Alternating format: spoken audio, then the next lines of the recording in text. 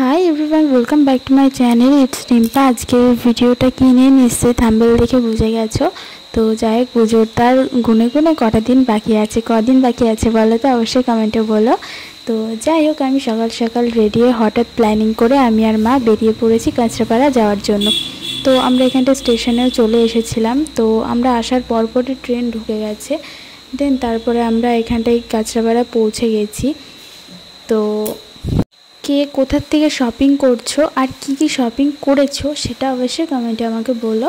তো আমি আর মা এখানটায় যাচ্ছিলাম ওভারব্রিজ পার করে। এখানে ফার্স্টে যাব বিমলে, তারপরে যেখানে মানে ইচ্ছা করবে সেখানে। তো যাই হোক, তো তারপর আমরা এখানে গুটি গুটি পায়ে হাঁটতে হাঁটতে চলে এসেছি বিমলে। তো যাই হোক আমরা তো সকালবেলা পৌঁছে গেছি। সকাল বলতে এত সকালেই আমরা চলে গেছি যে যারা জিনিসপত্র দেখায় তারা এখনও এসে পৌঁছায়নি। সো আমরাই ফার্স্ট কাস্টমার না, অবশ্য আমাদের সাথে আরও অনেকে গেছিলো, তো তারাও দাঁড়িয়েছিল। তো যাই হোক ওখানটায় বেশ ফাঁকা ছিল, ওই জন্য আমি ভাবলাম একটু ভিডিও বানিয়ে নিই। আর এখানটায় শাড়িগুলো তো জাস্ট ওয়াও ছিল। আর সবারই ধরো শাড়ির দোকানে গেলে যেটাই দেখবে সেটাই পছন্দ হয়ে যায়। তো আমার মতনই বা কার কার হয় সেটা অবশ্যই কমেন্টে বলো। সো যাই হোক এখানটায় আমরা কিছু হালকা পাতলা শপিং করেছি, সব ভিডিও ক্লিপ আমার নেওয়া হয়নি। আর তারপর এখান থেকে বিমল থেকে কিছু শপিং করে এখানে চলে গেছিলাম আমরা এক্সপ্রেস বাজারে। তো এখানে এক্সপ্রেস বাজারে যেখানটায় শপিং প্রায় কমপ্লিট হয়ে গেছিলো, সব ভিডিও ক্লিপ নেওয়া হয়নি। আর এখানটায় আমি জিন্স দেখছিলাম, মানে আমার বরের জন্য জিন্স দেখছিলাম।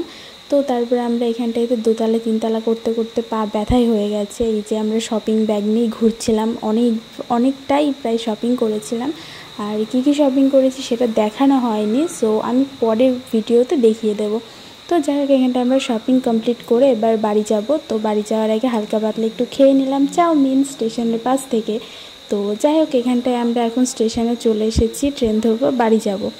সো এখানটায় আমরা ট্রেনে উঠে পড়েছি। আসার সময় ফাঁকা ছিল, আবার অনেকটাই ভিড় ছিল। তো যাই হোক আসার সময় ট্রেনটা ভালোই ফাঁকা ছিল, উঠেই জায়গা পেয়ে গেছি। সো বাড়ি এসে ফ্রেশ হয়ে ড্রেস চেঞ্জ করে আবার বেরিয়ে পড়েছি, বাজারে যাব, কারণ আমার চুড়িদার বানাতে দেবো ওই জন্য। তো রাস্তা এখানে যেতে যেতে দেখি এখানে একটা বিশ্বকর্মা পুজো হয়েছিল, সো সেটাও ভিডিও করে নিলাম।